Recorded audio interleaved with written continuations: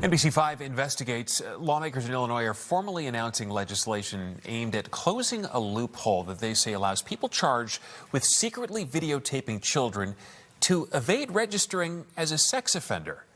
Our investigative reporter, Bennett Haberle, is on the story, joining us now with what he's found out with the story. Bennett? Yeah, Stephen, this is an issue that we have covered before, and it is legislation filed in response in part to our reporting. We called them ghost offenders, cases where people charged with sex crimes pleaded down to something else, a lesser non-sex-related crime, avoiding registering as a sex offender.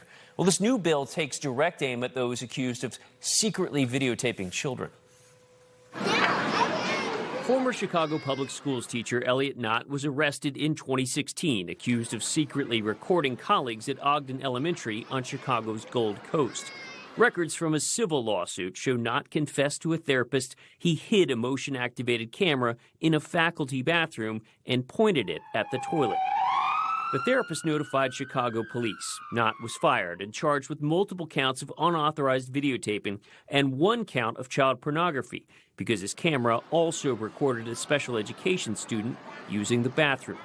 In court, Knott pleaded guilty to multiple counts of unauthorized videotaping.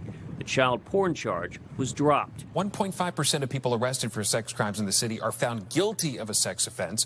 In 2024, as part of our series Dismissed, that examined the extremely low conviction rate of sex crimes in Cook County, we spoke to one of Knott's victims. I did not feel like what this was called in court, what it was being labeled as, was illegal videotaping. To you, what was it? It's a sexual act. Despite not being considered a sex offense, the judge ordered Knott to attend sex offender treatment as part of his probation. Between 2018 and 2023, NBC5 Investigates found 97 other cases in Cook County with similar circumstances, where a person charged with an alleged sex offense pleaded down to a non-sex crime, yet was still ordered to undergo sex offender treatment. There have been other high-profile cases in the news involving secret recordings, including the one-time CEO of Shuba's nightclub, who in 2022 was convicted of unauthorized videotaping of 3 women. Separately, a suburban ice cream shop owner charged last year in DuPage County has a pending case accusing him of videotaping underage employees.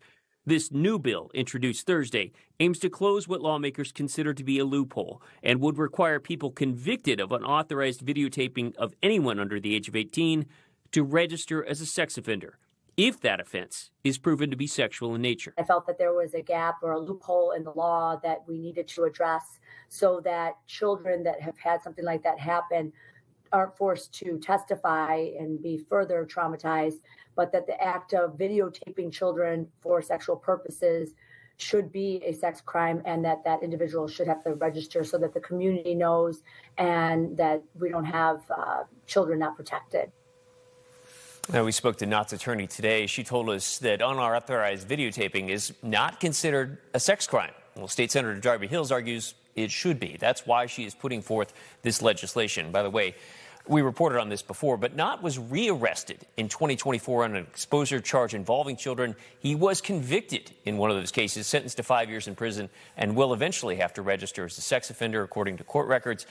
State Senator Hill says the bill has already cleared a committee. She's hoping it will be called for a floor vote to advance it. Stephen? We know you'll be monitoring that for us. Thank you so much, Bennett Haberle, in the studio with us tonight.